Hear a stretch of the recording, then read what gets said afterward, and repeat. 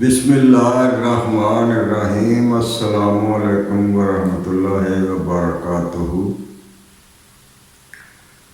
दोस्तों, इससे पहले एपिसोड में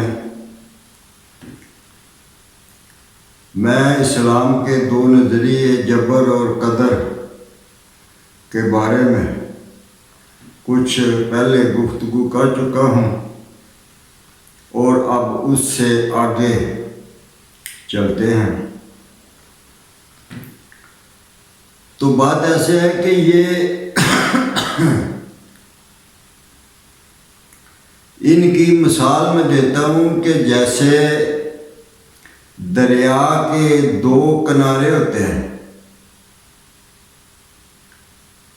तो उन के बीच में से पानी जो है वो गुजरता है। तो दरिया कहते भी उसी को है, दरिया कह ले, नदी कह ले, जिसके दोनों किनारे हों वो ही नदी या दरिया कहलाता है। अगर एक किनारा ना हो तो वो दरिया कैसे रहेगा या वो नदी कैसे रहेगी? वो तो पानी सारा जो है वो फैल जाएगा, उसकी शक्ल जो है वो ख़त्म हो जाएगी। तो इसी मौजू पे मैं अर्शी की एक नज़म जो है वो पेश करने जा रहा हूँ।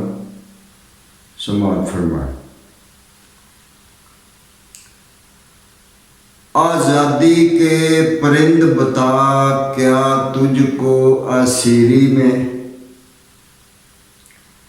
और दिल की दिलगिरी में क्या दाना अच्छा लगता है?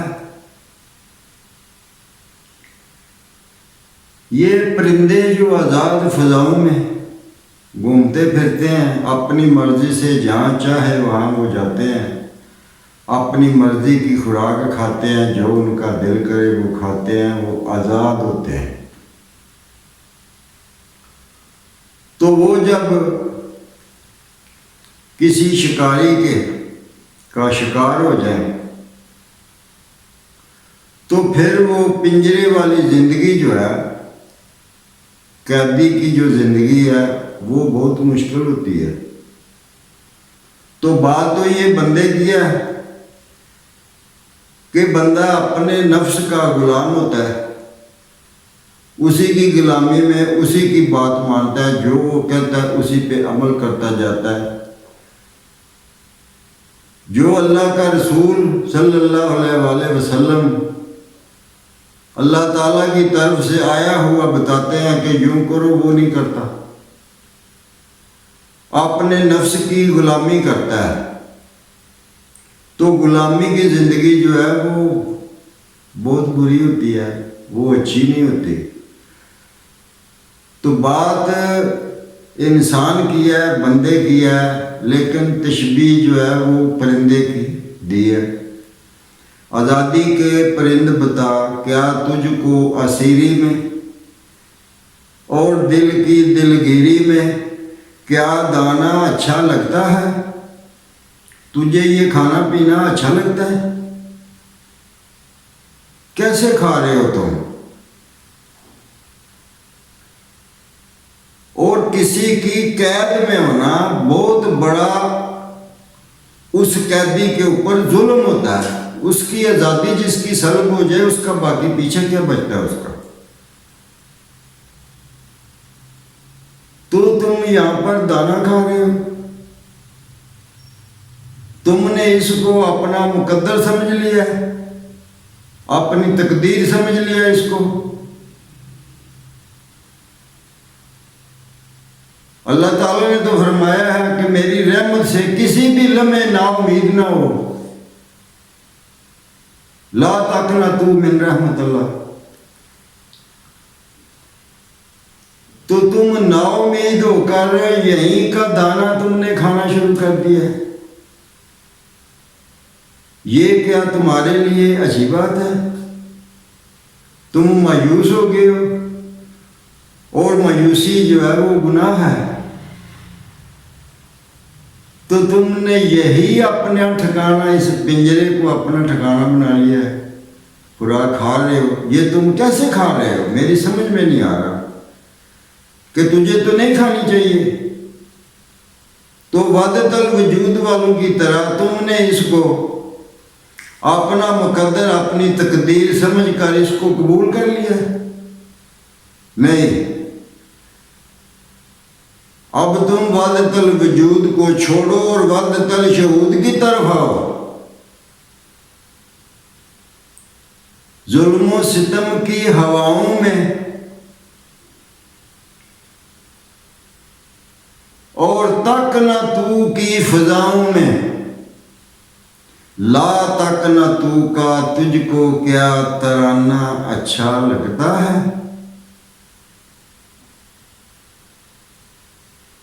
कि नाउमीदी से निकल,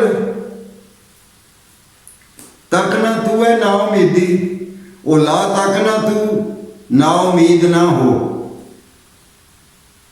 उसकी रहमत पे भरोसा रख, वो मददगार है, उसकी मदद मांग। और यहां पर जो है वो मेहनत कर, जद्दोजहद कर। इसको अपना ठिकाना ना बना के बैठ जा, ये तुम्हारा ठिकाना नहीं है। तुम्हारा ठिकाना जो है वो हवाओं में है। यहां तो तुम्हारे ऊपर जुल्म तुम कहती हो, यहां पर अपने आप में गुम हो जाओ, अपने आप में गुम हो जा, खुद से तू बेखुद हो जा। यानी अपने नफ्स को ज़ेर कर, उसकी बात ना मान, उसको ऐसा करके वो तेरी बात माने, जो तू कहे वो ही माने वो।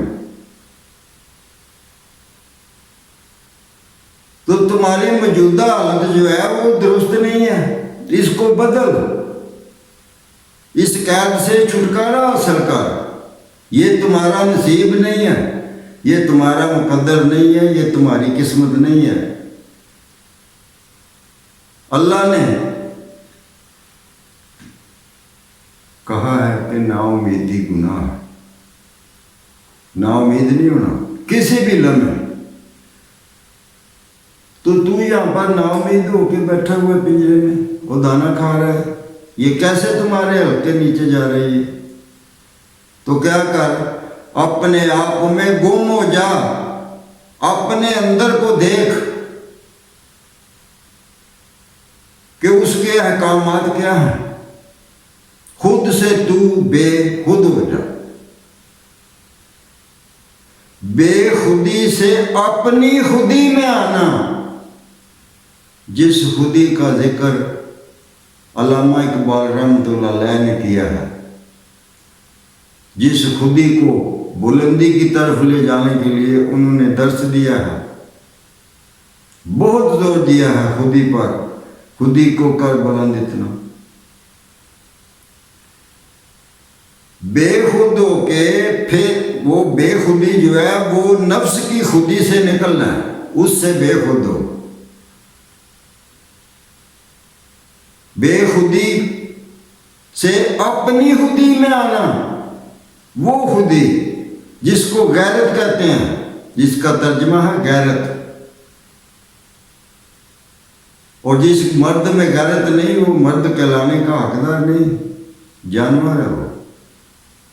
गैरत मर्द का दूसरा नाम है। तो गैरत कर, ये तुम्हारा ठिकाना नहीं है। यहां से निकलने के लिए जद्दोजहद कर, मेहनत कर। बेखुदी से अपनी खुदी में आना तुझको अच्छा लगता है, ये तुम्हारे लिए बेहतर है। ये उसको दर्स दिया जा रहा है परिंदे को। बात इंसान की है। बातल की आंख से आंख मिला, हक का ऐसा तीर चला, बातल के टुकड़े कर देना तुझको अच्छा लगता है। जिहाद कर,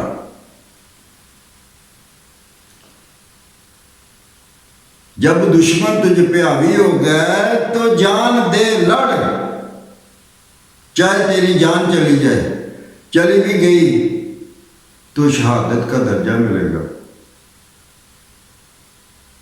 और अगर अगले की दुश्मन की ले ली तो तू गाजी है। दोनों तरफ फायदे वाला सौदा है।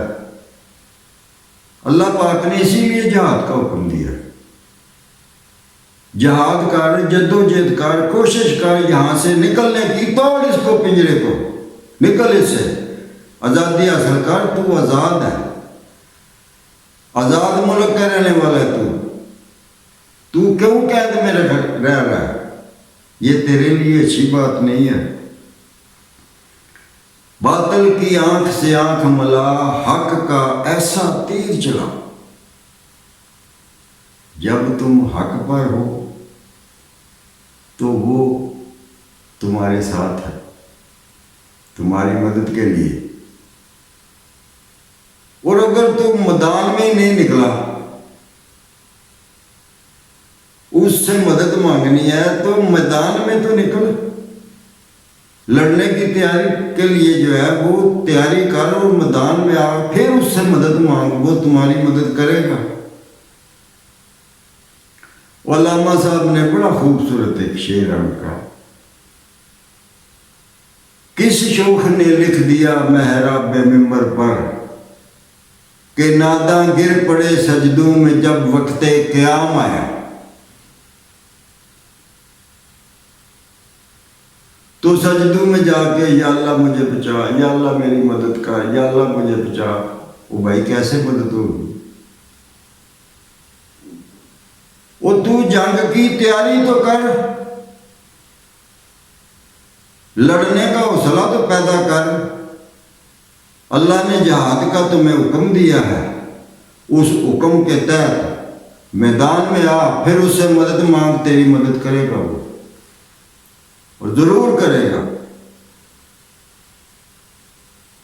वो तुम अगर एक कोने में बैठ के दुआएं मांगते रहो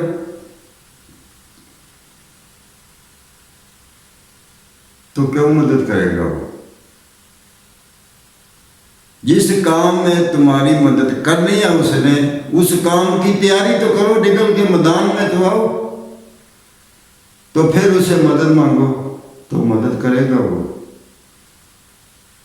हक का ऐसा तीर चला, बातिल के टुकड़े कर देना तुझको अच्छा लगता है।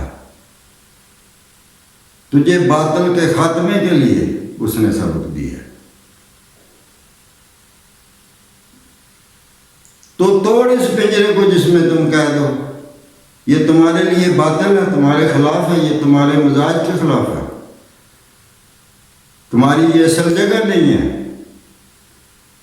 तुम आजाद मुल्क के हो, तो क्यों इस पिंजरे में पड़े हो?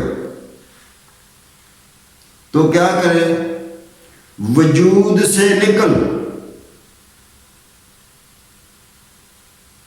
वजूद से मुराद वही नजरिया वादतल वजूद वाला, अब उसको छोड़,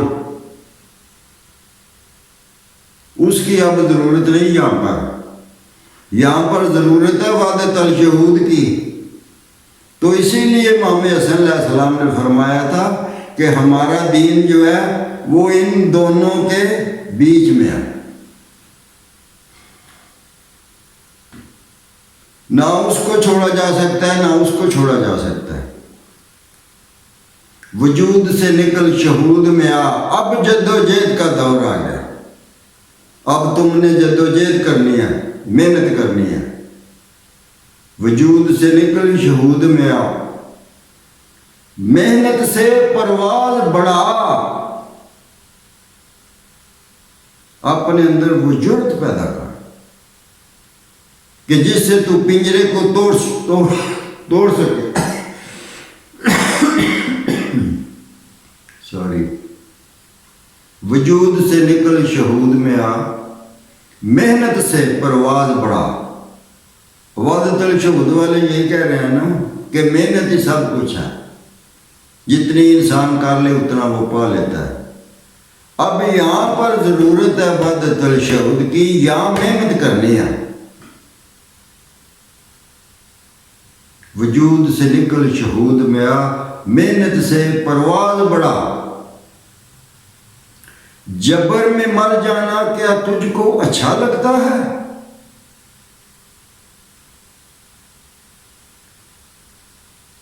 तुम वादतल वजूद में मर जाओगे।